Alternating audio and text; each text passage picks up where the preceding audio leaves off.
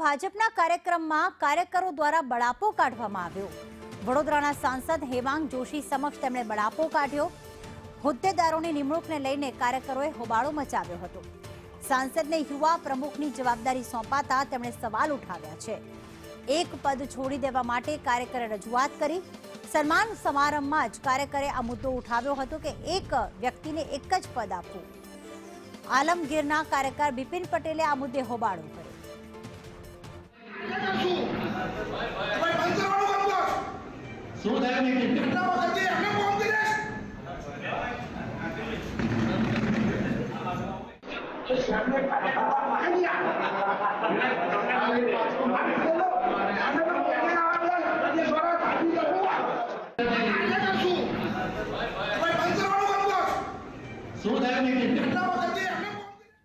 કુણાલ અમારી સાથે જોડાઈ ગયા છે। કુણાલ, બિપિન પટેલ નામના કાર્યકર દ્વારા શું રજૂઆત કરવામાં આવી સાંસદ સમક્ષ?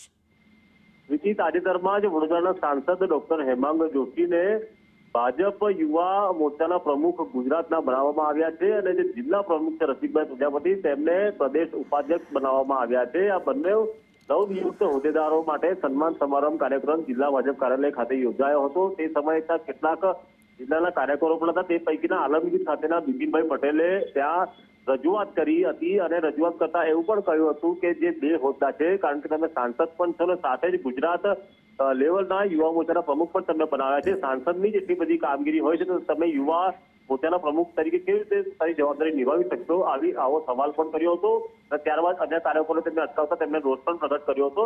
જોકે આ રજૂઆત હસ્તામોને પણ કરવામાં આવી હતી, પરંતુ આ વિડીયો હવે વાયરલ થયો છે ત્યારે સવાલ એ છે કે શું જિલ્લાના કાર્યક્રમમાં એક જ જે કોઈ નેતા હોય તેને બે હોદ્દા આપતા કદાચ નારાજગી છે કે કેમ કોઈ છુપો રોષ છે તે આ વિડીયોથી સ્પષ્ટ જાણી શકાય। આભાર કુણાલ તમામ વિગતો માટે।